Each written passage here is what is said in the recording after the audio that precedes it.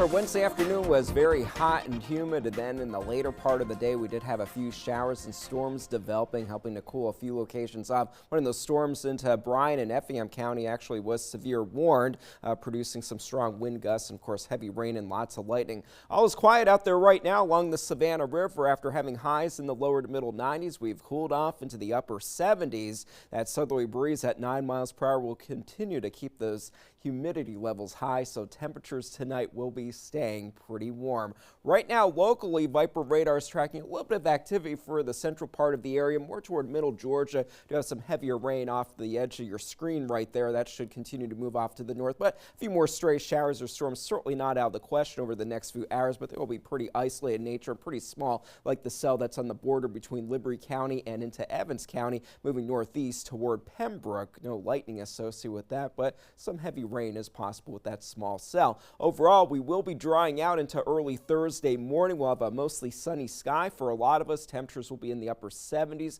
by 7 o'clock, lower 80s by 10. And then as we look ahead to the afternoon hours, it will be hot and humid. High temperatures will be in the low to mid 90s with hotter heat index values, and we will have a few showers and storms developing. Not very widespread, so where they do develop, they will be able to cool conditions off locally and likely produce a little bit of heavy rain as well. And that's going to be the pattern for the next few days with high pressure down in the south. And there's a little disturbance that's moving through North Georgia right now, helping to draw in some of that moisture, producing those showers and storms for middle Georgia right now. But that flow remains out of the south, setting us up for hot and humid afternoons for us over the next several days.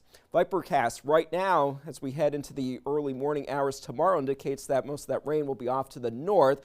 Mainly sunny sky first thing in the morning. Clouds will start to increase through the mid-morning hours. A couple stray showers not out of the question. And then by lunchtime, that's when we will begin to see a few isolated showers and storms developing, moving from the inland communities toward the coast by 3 and 4 o'clock. Some heavy downpours are possible. Temperatures will still warm into the low to mid 90s for highs, even with those storm chances building in, but they should begin to die off by dinner time, and then into tomorrow evening. Conditions will be pretty quiet with temperatures staying in the 80s early on before heading into early Friday morning. In the tropics, Hurricane Center is watching, of course, Tropical Storm Aaron. There is another tropical wave that's over the Yucatan right now that will be moving into the Bay of Campeche with a low-end risk of developing into something tropical, but this is Tropical Storm Aaron. It is moving generally westwardly toward the islands of the Caribbean. It's about 1,000 miles to the east of the Lesser Antilles right now. It is showing signs that it will likely become stronger through the day tomorrow, with the satellite imagery looking more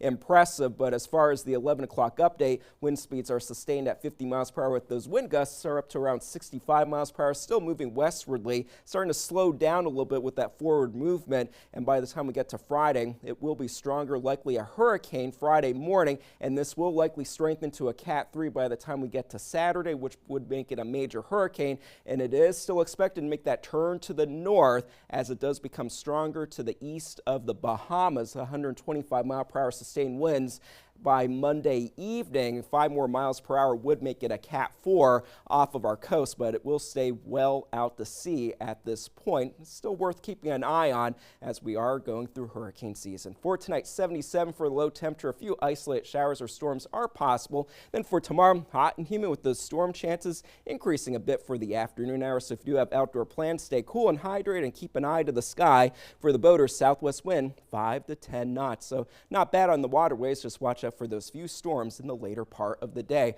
Low end rain chances and storm chances will be with us for Friday as well. For the weekend, they will increase for Saturday just a bit, but backing off again for Sunday, Monday, Tuesday, and Wednesday, mainly dry and hot. All right. All I can say is all right, because all right. The 3-letter word, hot. Eventually, we are going to see a change. Yeah, we will get in nice that time when we will start getting the cold fronts coming in soon. All right. Thank you.